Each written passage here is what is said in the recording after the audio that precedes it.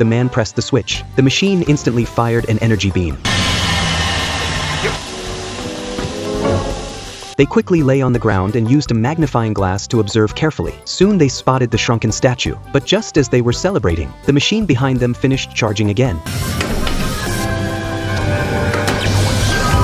When they looked up, the statue had returned to its original size. They thought the experiment had failed again, but when Wayne turned around, he realized everything in the room looked enormous. That was when they discovered it was not the statue that changed size. It was them who had shrunk. At that moment, the door opened. As they were wondering where Wayne was, another accident happened. Wayne that he is never to use the shrinking machine for the rest of his natural.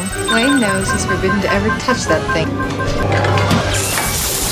Staring at the massive machine, they were stunned. The four shrunken people finally reunited. After some discussion, they decided to climb higher to check the situation. It took them a long time to climb onto the couch. To get the kids' attention, they climbed into a toy car and shook it hard.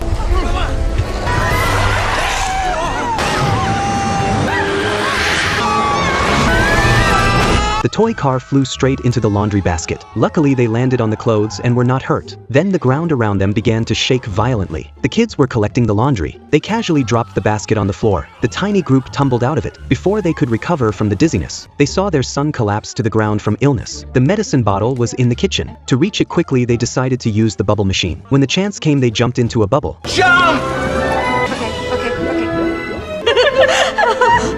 They floated quickly toward the kitchen, but a spider blocked their way. The spider's leg was stuck in a web. They helped free it. In return, the spider carried them swiftly to the tabletop. At last, they found the medicine bottle. Just then, their son entered the kitchen. They shouted as loud as they could until he noticed them, but because he had not taken the medicine, the boy fainted again. They tried to push the bottle toward him, but it was far too heavy. Fortunately, the older brother remembered that eating banana could relieve the symptoms. He quickly broke off a piece and fed it to his brother. With everyone watching nervously, the boy slowly woke up. He quickly told the others he had seen their tiny mother on the table. So the children grabbed a magnifying glass and checked carefully. Finally, they spotted their shrunken parents. They gently placed them on the floor, then followed the instructions on the note to restart the machine. Ready?